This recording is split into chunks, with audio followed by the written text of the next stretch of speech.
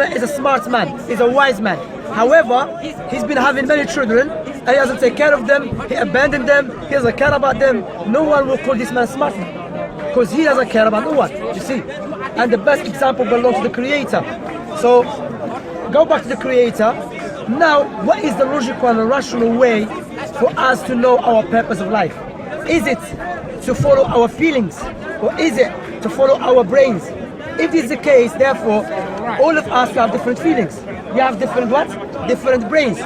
The logic dictates the only one that knows our purpose of life is the Creator, the one who made us. Do you agree with that? For example, if I want to learn about the watch in details, that's a simple argument. That's what Allah said. أَلَا يَعْلَمُ مَنْ خَلَقَ وَهُوَ اللَّطِيفُ الْخَبِيرُ. Does he not know about his creation, the one who created them? So now, what I'm gonna do, sister, I don't have to speak about Jesus, Moses, Abraham, Noah, Jacob.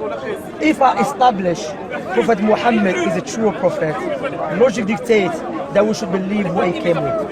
You with me? Okay? So why I'm saying that? To give you an example to make the picture more clearer. Now, may Allah forbid, imagine you have a disease, okay? And I bring a doctor to you and I say, you know, this doctor, analyze him and see if he knows. And you tell me, yeah, you know Shemsy? He knows. He's an expert. Logically speaking, the next step to listen to him, correct? Otherwise, you'll be contradicting yourself, all right?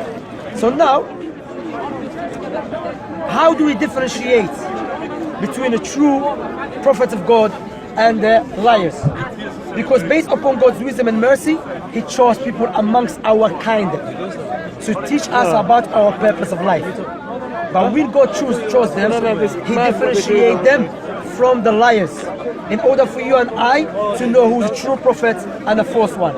From their characteristics that are known amongst their nation to be trustworthy, truthful and honest. Why? Imagine, sister, someone come to us now and he's known amongst us, he's the biggest liar. And he comes, he say, you know what, I'm a prophet of God. Would you believe him? No. Because why? If you're the liar, now you're just escalating, you know? So logic dictates that the prophet of God must be trustworthy, truthful, honest. Prophet Muhammad, anyone that studies biography, alayhi he was known amongst his nation to be Sadiq al-Amin, trustworthy, truthful, honest. That's the first one. The second criteria, the prophets and messengers, even though they never met each other while they were preaching, they came with the same teaching.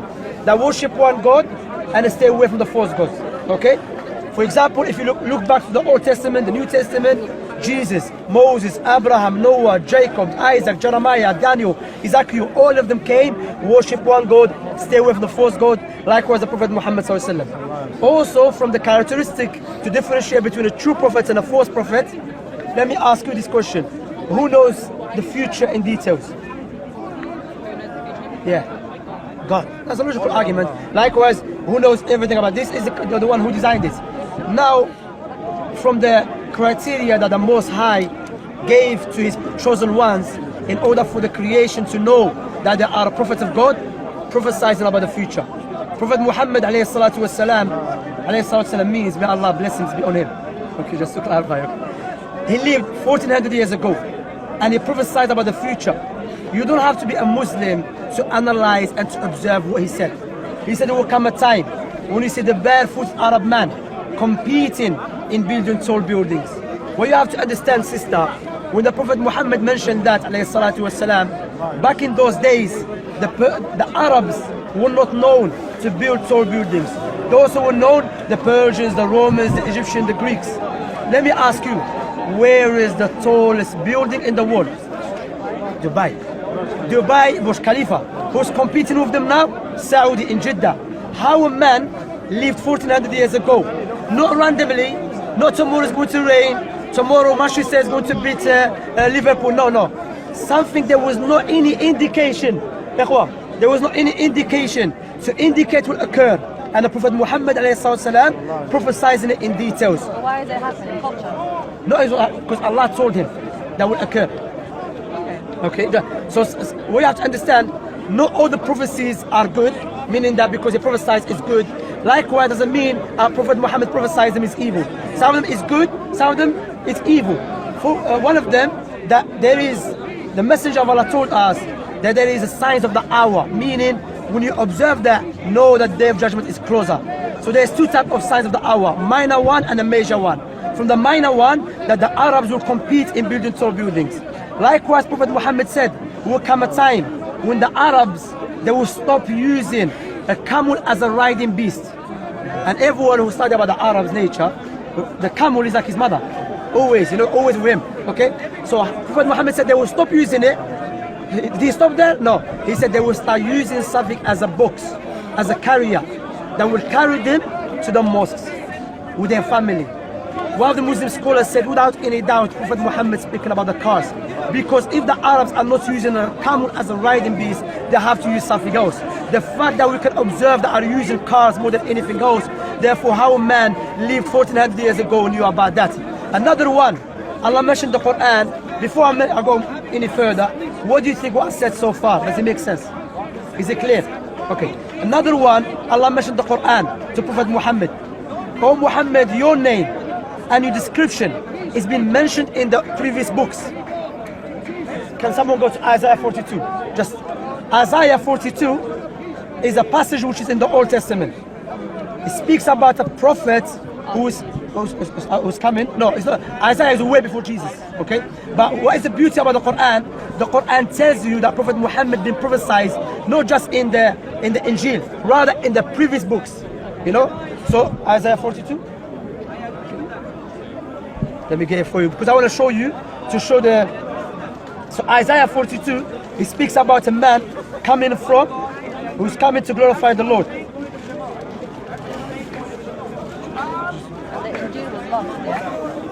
Yeah, the Injil without any doubt is lost. Isaiah 42. Okay. And there's a way to prove that Isaiah 42 wasn't changed and corrupted. No, do you know why? Because this Isaiah, for example, the Old Testament, the New Testament, how we approach it that we don't believe everything's been changed without any doubt. Because that's a lie, because without any doubt, not everything. However, they change certain things. Some of them which Prophet Muhammad, Allah mentioned in the Quran, has been described. Here, look. Here is my servant, whom I uphold, my chosen one, in whom I delight. I put my spirit on him, and he will bring justice to the nations. He will not cry. No, just put it here. Okay. Well, you have to look. So here it speaks about the description. He mentions here, where is it? Which is more, it goes more in narrow, specifying it. Sing the Lord a new song. His praise from ends of the earth. You have go down to the sea, and all that is in it. Your islands and who lives in them. Let the wilderness and its towns raise their voices. Let the settlements where Kedar lives rejoice. Let the people of Selah sing. Remember these two names, Kedar and Selah. Watch this. Who is Kedar and what is Selah? Kedar is the son of Ishmael. So we know there's no prophet came from the lineage of Kedar. Genesis, we go Genesis. Here, Genesis 25:13.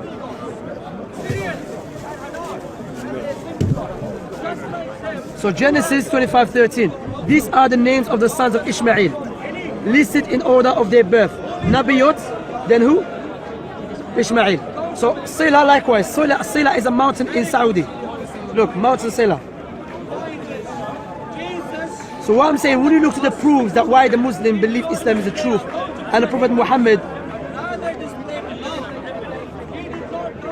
Yeah. So the Prophet came for these people. Yes, more specific but general for everyone. Yes. Yeah, Selah. So when you look how this prophecy, the Muslims and the non-Muslims agree that Kedar is the son of Ishmael. And they agree that no one made the Arabs and the people of Kedar, the Jews, like happy and civilize them, except the Prophet Muhammad. So when you look to the prophecies he prophesied, likewise the miracle of the Quran, and I ask this question to many people: if the Quran was just a normal book like other books, how this book has been memorized by 100 million of people who doesn't know speak the language of the book? Do you know any book like that? It has been memorized There's no book like that, except what? The Quran. And what is more miracle about the Quran, that when you speak to those who memorize the Quran letter by letter, word by word, some of them don't speak Arabic language. And even if they do speak Arabic language, some of them make mistakes in the grammar and the pronunciation. However, when they read the Quran, they read it perfectly. Example of that to make a picture clearer. Imagine you bring me English dictionary and I'm reading it perfectly. Then you say, you know what, let me bring you Shakespeare's poems. I'm reading it perfectly with the grammar, pronunciation. Then when I start speaking to you, I say, me, no, come in, no, me, no, go in, no. You think, no, Shemsi, you're taking a myth. You know how to speak English. You just read Shakespeare's poem perfectly and English dictionary perfectly. And now you don't know how to pronounce the English words. That is the miracle of the Quran, which Allah mentioned 1400 years ago. Allah said, وَلَقَدْ يَسَّنَّا الْقُرْآنَ لِلذِّكْرِ فَهَلْ مِن مُدَّكِرٍ. We have made Quran easy to be memorized, and that be mentioned 1400 years ago. That cannot be a statement of a human being. That is a statement of the creator of the human beings who knows about all of the creation. So sister, we look to Islam without any doubt, the foundation of Islam, two testimony. That I bear witness there is no one worthy of worship except Allah. And I bear witness Muhammad, the messenger of Allah. And sister, I always give this example to people in order for us to reflect and to understand why it's so important for us to worship our creator.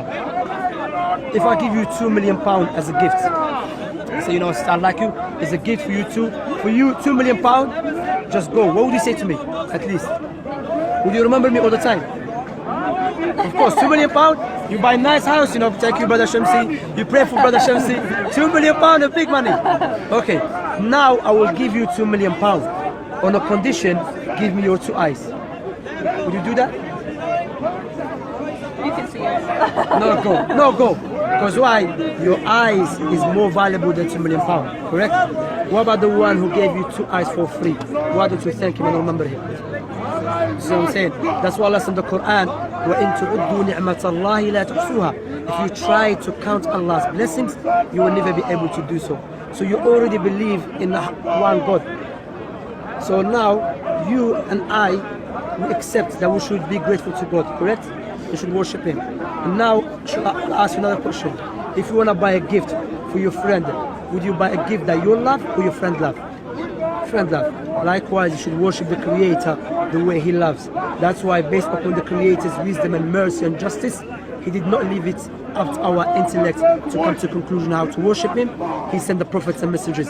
Allah sent the Quran, the meaning of the verse, that He sent the prophets and messengers in order for mankind to have no excuse against God on the Day of Judgment. Want to create us. Now, what Allah wants to create us, Allah wants to show us His mercy and His love. Because what you have to understand, Allah has an attribute of creation. He's a creator, He's a merciful, likewise has other attributes.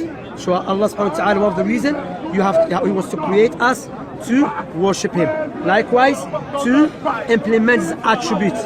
Likewise, in order for us to recognize one another. Likewise, to test one another. From Allah's attribute is mercy. That's why Allah created paradise. If you worship the Creator, you turn away from the devil and worship Him, you have paradise. If you turn away from Him, then from Allah's anger, create the hellfire. However, Allah mentioned the Quran, Allah will not punish anyone until the proof becomes clear to them.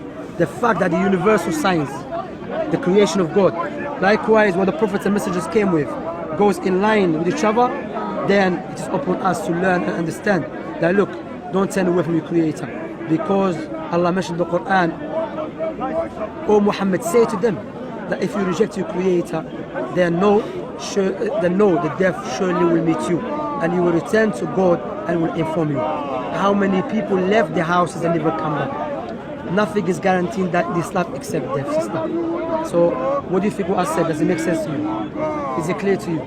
You know that I should be grateful to Creator. So I will tell you, sister, there's one thing you have to understand. Sometimes people think I'm under pressure. When you go to the grave, and I go to the grave, and we don't know when, no one will be inside of you except yourself. Allah said in the Quran, لَقَدْ جِئْتُمُونَا فُرَادَ كَمَا خَلَقْنَاكُمْ أَوَّلَ مَرَّةٍ وَتَرَكْتُمْ مَا خَوَّلْنَاكُمْ وَرَاءَ ظُهُورِكُمْ. You have returned to us just as we have created you in the beginning, and you have left your wealth and everything behind you. You know, so if it makes sense, so I'm inviting you openly to accept the truth and worship your Creator. Without any doubt, you want to have a relationship with your Creator. And the proof, that's why I keep telling you, if it makes sense to you, is it clear to you, then you should not let anything stop you. I know the Satan will come, I'm not ready, I can't wear hijab, I cannot do that. I always mention this example. If you have a cake and you eat all of it at one time, what will happen to you? You vomit, correct? In order for you to feel the sweetness of the cake, you take it bit by bit. Likewise, step by step. The first thing you learn, God's right over you. Then, of course, the prayer. Like, you know, whatever Allah legislated, sister, is good for you. And whatever tell you to stay away from is bad for you. Allah said, worship Him alone. That is good for you. When you bow down to your Creator and you are be grateful to your Creator, that is good for your body, physically and spiritually. Charity. Many people complain, sister. They say, why there is poverty? Why people are dying? Allah gave us a solution. Give donation and charity. We are paying singers ridiculous money just for them to come and misguide our young people. Okay? We pay footballs, someone who's just running after a ball. Million of money. Why people are dying out of hunger? So is the problem with God? Is the problem with us? The problem with us. Correct? So can I ask you, what is stopping you to become a Muslim and submit to the Creator? In what way? The right way. I want to be able to study, to read, to ask. Okay. Once I feel it. Okay, no problem. But what I will say to you, that doesn't, you accept Islam. I'm saying if the foundation is clear to you, then what comes after is going to come under the foundation. You understand? So sometimes, of course, you want to learn, but remember, me myself, I don't know everything about Islam. I'm not a scholar. Okay? However, I know the foundation is clear. When the foundation is clear, then you accept it. There's no problem. You should learn and learn more. But I'm saying, remember, there's always something you have to remember, that anything can happen to us. So if that is clear, then alhamdulillah. Understand?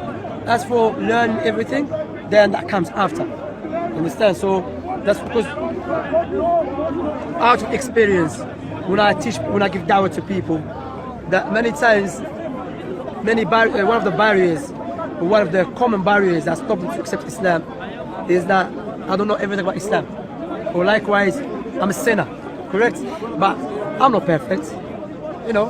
Likewise, I don't know everything about Islam, but if the foundation is clear, it's better off to live with the keys of paradise than to not. Understand? But just the reason I'm mentioning that, just as a word of encouragement, of course. Why? Because the Messenger of Allah told us, which Allah gave him the knowledge of the unseen. He said, when the person wants to become Muslim, Shaitan, Satan, which is our enemy, try to stop him. If it's clear, then we should accept it. If it's up to you, you know what I'm saying? I don't want to put you under pressure. Understand? It's everything up to you. نعم الله سبحانه وتعالى mentioned in the Quran, لا إكراه في الدين قد تبين رشد من الغي. نعم, there is no compulsion in the religion. The clear guidance became distinguished and clear from the misguidance. نعم, and Allah said in the Quran, وما على الرسول إلا البلاغ المبين. What is upon the messenger to convey the message. And if you see me like I'm very so eager for you to accept Islam, because the Messenger of Allah said in the hadith, he said, لَإِنْ يَهْدِيَ اللَّهُ بِكَ رَجُلًا وَاحِدًا خَيْرٌ لَكَ مِنْ حُمْرِ النِّعَمِ. He said to his companion, if Allah guides one person through you, it's better than the world, the meaning of it, better than the world and what is in it. You know, that's why the prophets and messengers, they came with what? لَا نُرِيدُ مِنْكُمْ جَزَاءً وَلَا شُكُورًا. We don't want you even to thank us or to reward us. Why? Because the reward with Allah is greater than anything else. Okay? Inshallah. Where are you from, brother? Me. There. Bangladesh, mashallah. I can give you a leaflet. There is how Islam about a woman. And we have class today as well, about for new Muslims, beginners, as well, even for the non-Muslims. Yeah, it's free of them. So Islam and that. So what I want you to do, sister, make sure when you go away, because you know we are too busy here, without any doubt. Not here, I mean it speaks corner.